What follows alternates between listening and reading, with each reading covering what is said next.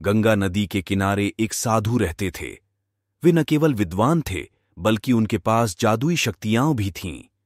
एक दिन वे ध्यान में मग्न थे, तभी बाज की चोंच से एक चूहिया छूटकर उनके हाथों में आ गिरी।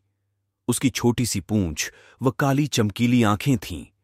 उन्हें वह बहुत अच्छी लगी, पर घर ले जाने से पहले उन्होंने जादुई मंत्रों के प्रयोग से उसे एक लड़की में बदल दिया। वे उस लड़की को घर ले जाकर पत्नी से बोले, तुम हमेशा से संतान चाहती थी ना, तो लो, आज से यही हमारी पुत्री है। इसे पूरी देखभाल व स्नेह से पालो। साधु की पत्नी भी अपनी पुत्री को देख प्रसन्न हो उठी। वह उसे राजकुमारी की तरह पालने लगी। साल बीतते गए, नन्ही लड़की एक सुंदर युवती बन गई। जब वह 18 वर्ष की हुई तो साधु व उसकी पत्नी उसके लिए वर तलाशने लगे। साधु ने कहा, मेरी बिटिया का विवाह ऐसे व्यक्ति से होना चाहिए जो सबसे बड़ा हो। मेरे हिसाब से सूर्य ठीक रहेगा। पत्नी ने भी हामी भरी। उन्होंने जादुई मंत्रों के प्रयोग से सूर्य को नीचे बुला लिया। उन्होंने उसे अपनी पुत्री से विवाह करने को कहा, पर पुत्री ने पहले ही न कर दी। वह बोली, पिताजी, यह तो बहुत गर्म है।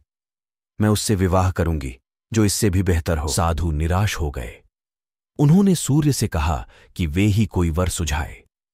सूर्य ने कहा, बादलों के देवता से बड़ा कौन होगा?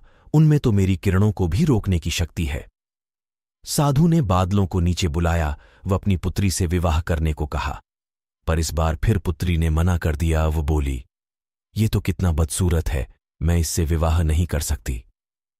साधु ने बादल देवता से कहा कि वही कोई अच्छा वर सुझा दें।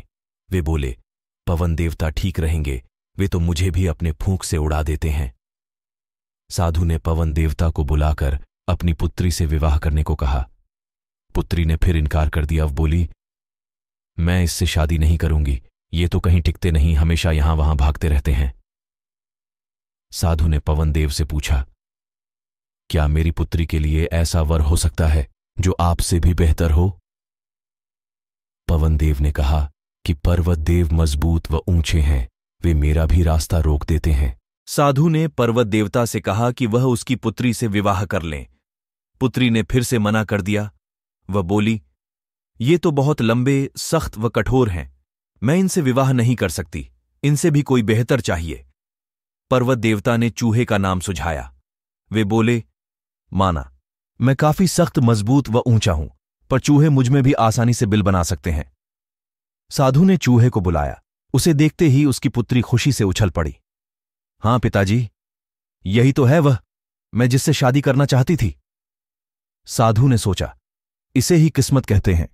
ये एक चूहिया थी और एक चूहे से विवाह करना ही इसके भाग्य में लिखा है। उन्होंने जादुई मंत्रों के प्रभाव से पुत्री को फिर से चूहिया बना दिया। चूहा व चूहिया विवाह करके खुशी खुशी रहने लगे। शिक्षा, कोई भी अपने मूल स्वभाव को नहीं बदल सकता।